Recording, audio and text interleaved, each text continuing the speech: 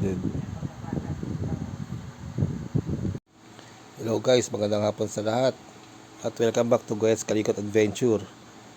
For today's video, sabi ng ating customer, magpapalit tayo ng slides. Yan, 5 slides ng mixer to, mic mixer. Yan. So dumating na yung 5 slides natin, sabi natin sa online. Tapos ito yung luma nya. Yan, ito yung mga pinagtanggal ako nakaraan. So bali, kakabit ko na lang po yan, 5 lang. Pero ang sabi ko sa customer ko, dapat palitan na lahat para isang galawan lang. Nagtitipid. Ayan ang problema. Pero sige, siya naman masusunod. So ito, palitan natin. Ayan. So bali, ganito yung tsura niyan. Ganyan. Dyan, hilangin lang sa likod yan. So ito yan ito yung mic mixer. Bayabas yung may-ari nito Ayan.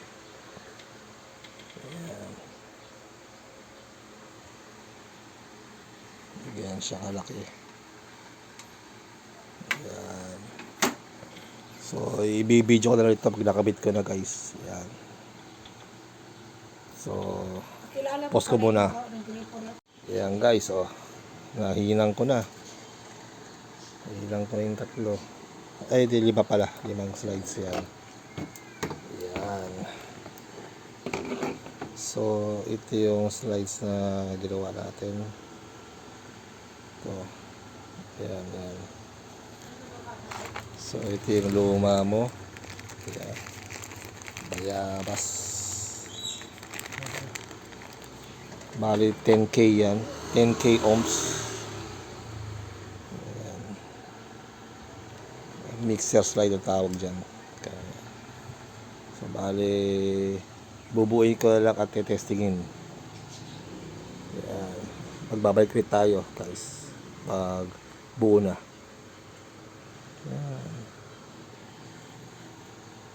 Ayan. Ayan guys, nabalik ko na lahat. Ayan. Balik ko na.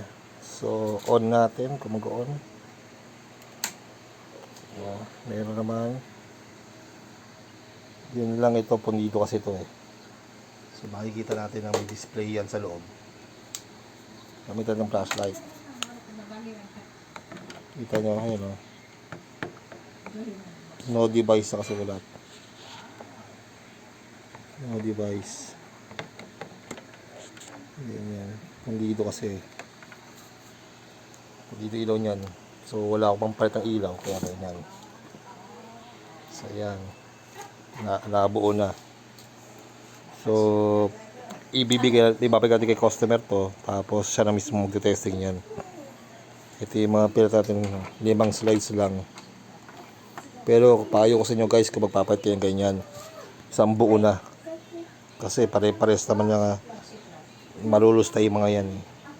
Ayan. So guys, kung ito kayo sa akin channel, please click subscribe at pakihit ang notification bell. Ilagay nyo sa all para lahat update kayo sa mga videos ko ina-upload. Yan guys.